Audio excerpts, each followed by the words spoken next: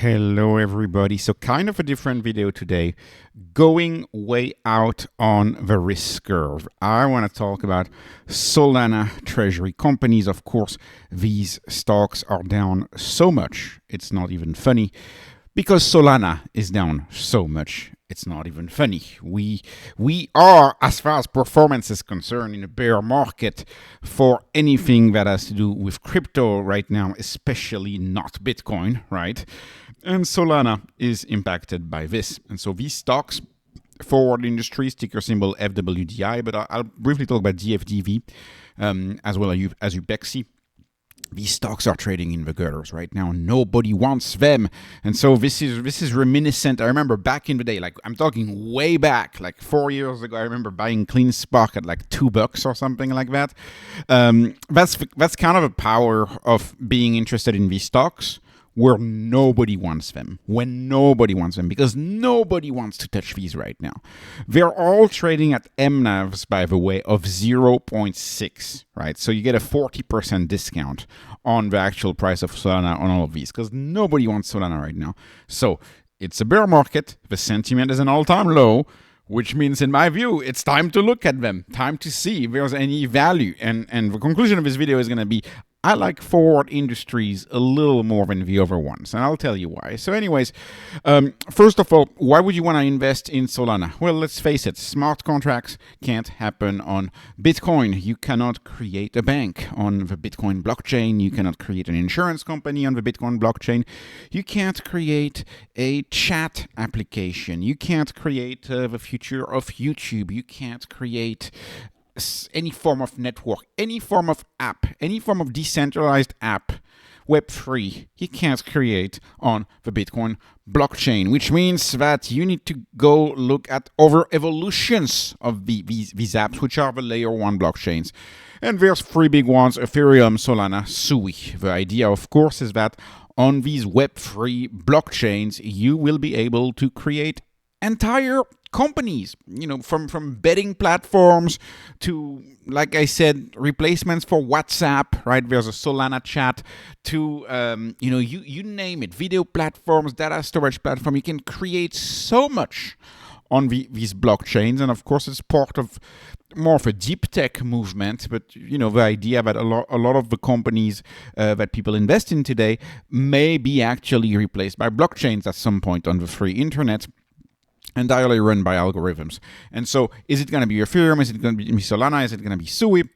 Wall Street seems to think it's going to be Ethereum, and I usually tend to disagree with Wall Street. The more likely response to which layer 1 is going to win, it's probably going to be a mix of multiple ones, in my view. I think it's going to be a mix. I mean, because Ethereum, a main layer, may not win, but you have Base from Coinbase, which is doing really well, and I think Solana will emerge as kind of the winner. Because Solana is more active, more transactions, it's faster, and it's very, very cheap to use. If you use Solana before, it's fractions of a penny to use, which creates very interesting things you can do. When you use compute, if you have agents ever paying for compute, ever paying for whatever, it solves the issue of spam, for example. If you can just pay like fractions of a penny whenever you want to send a request to an API or anything like that, there's a bunch of advantages to Solana. But like I said in title of the video, going way out on the risk curve. Like we don't know who's going to win, right? Bitcoin one store of value.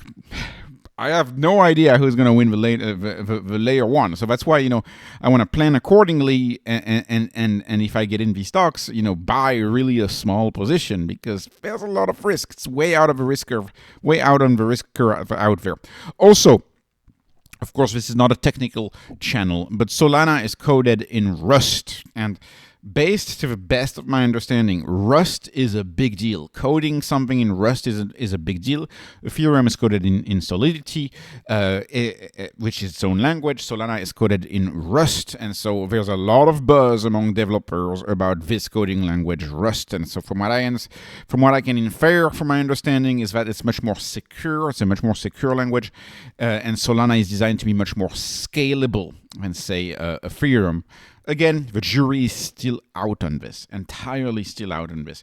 I don't think Ethereum will die, especially because of Base from Coinbase essentially supporting everything that Ethereum does. But I think Solana will be very successful in the future, and that's why, and may even surpass Ethereum, and so that's why I'm interested in the Solana DATs more than I am in the Ethereum DATs. I think also a lot of the stable coin industry might actually move to Solana and be built on Solana, even though Ethereum is also supporting a lot of the stable coins. So what if you want exposure via a DAT, right? So we know we have the Solana ETFs, but the Solana ETFs, they just give you exposure to Solana, which is already very volatile, and they just give you your standard staking yield, which is 6 to 7%. So you get the volatility of Sol with an ETF, and you get the 6 to 7%. But there's a lot of things you don't get. The first thing you get when you buy a DAT, as opposed to an ETF, of course, is the discount.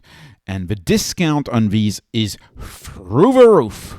We are GBTC grade discounts here. If you remember, GBTC back in the day, it was trading at a 40% discount, which is kind of like why I'm betting is kind of the bottom of these discounts. Discount is 0.66 for Foward Industries, 0.6 for DFDV, 0.6 also for Upexi.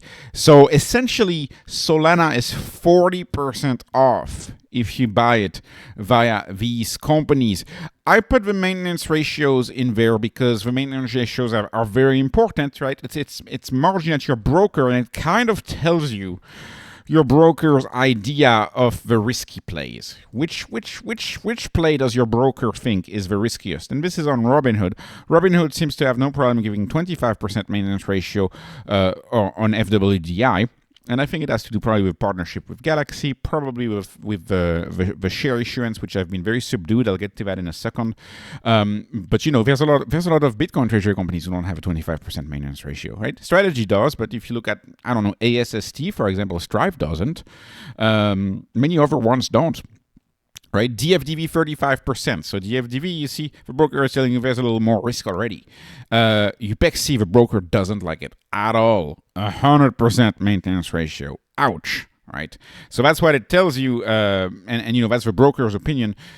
All of them give you exposure to Solana, roughly 40% off. I suppose FWDI is just a little ton more expensive, but barely.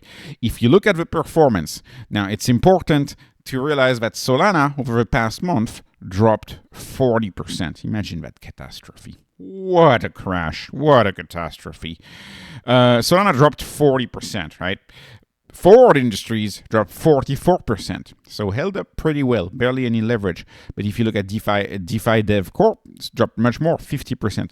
Upexi dropped 68%. So Foward Industry doesn't seem to be that much more volatile than Solana. Again, supporting the reason why they have a 25% maintenance ratio. Now, let's talk briefly about basic MNAV. I know a lot of people are going to say, oh, you shouldn't use basic MNAV. Well, using basic MNAV is the best way to compare stocks, because if you start going for dilution and fully diluted, you start having assumptions. My view is that these asset prices are going to recover, and therefore any debt will equitize and will be future dilution, and I am fine using basic MNAV. Basic MNAV is also what strategy uses when assessing itself. But I want to note this, and this is important.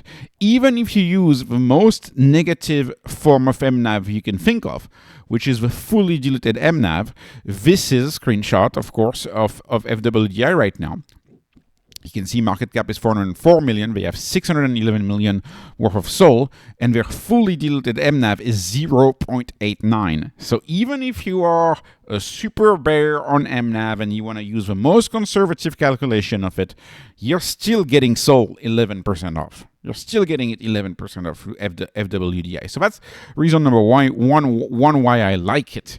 Now, what's some of the other reasons why I like it? So first of all, yeah, they're all heavily discounted. I think FWDI and DFDV are doing very interesting with listing their tokens on chain. For example, in the case of FWDI, it's FWD Sol that they're doing on chain, and I'll get to that in a second. But the point number one, why do I like these more? Well, first of all, I like I like FWDI quite a bit because of the involvement with Galaxy. Of course, Galaxy is a huge backer in the space, enormous backer. The second reason why I like FWDI more is there's two things. So one of them is they just had their conference call, which I listened, which frankly gave me some confidence. But you can see the chief investment officer is very, very clear in the conference call. This is a screenshot. He said, and as you can see, our share count actually declined quarter over quarter. We did use some cash to repurchase shares when things were sufficiently accretive to our internal kind of thresholds and benchmark. So they are buying back the shares, which increases, of course, the SOL per share yield, quote unquote, or the growth in the SOL per share.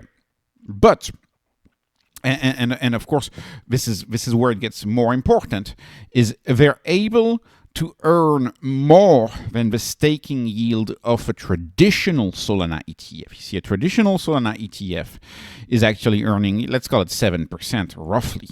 Now, if you read the call, they are saying in the call that they're able to earn twice as much as the native yield of Solana, thanks to their FWD Sol token. And actually, when you do a deep dive on AI, and again, I'm over 25, so I don't do DeFi because I'm over 25, right? So it's kind of a joke, but you know what I mean. It's like I already have a lot of my plate with stocks.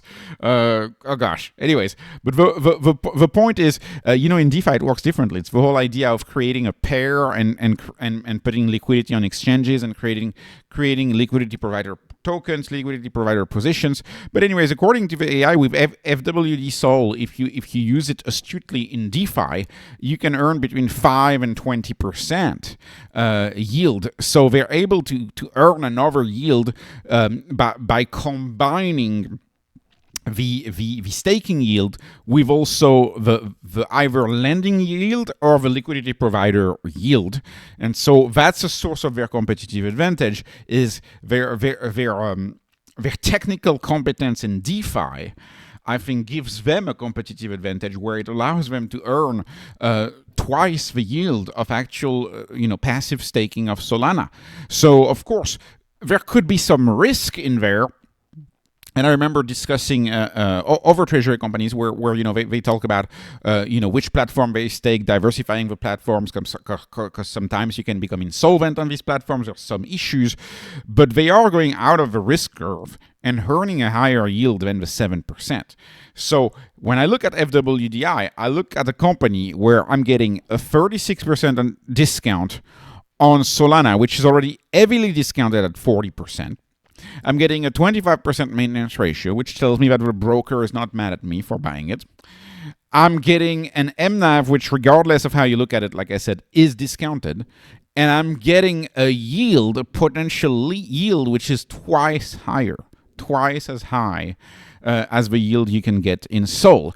And you're also getting a team who is clearly focused on deploying Solana in the ecosystem to build the next generation of DeFi internet, DeFi finance, eventually decentralized companies, eventually, in my view, and they reduced the share count. So there's a lot to like. There's a lot to like, and here's the thing: when you see this level of risk, of course, you gotta be aware of that, right? But it all starts with Solana, right? If Solana goes back to 150, these stocks are going to skyrocket. If Solana drops another 40%, now that we are in the bear, it seems, these stocks are not going to do well. So they are on my watch list. I find FWDI to be the most interesting out of the three, given everything I've discussed. So anyways, this was definitely not investment advice, not financial advice. This is only entertainment. I'm hoping you are entertained. Please like, Please subscribe, follow me on Patreon, follow me on X. Thank you for watching and have a wonderful, wonderful day.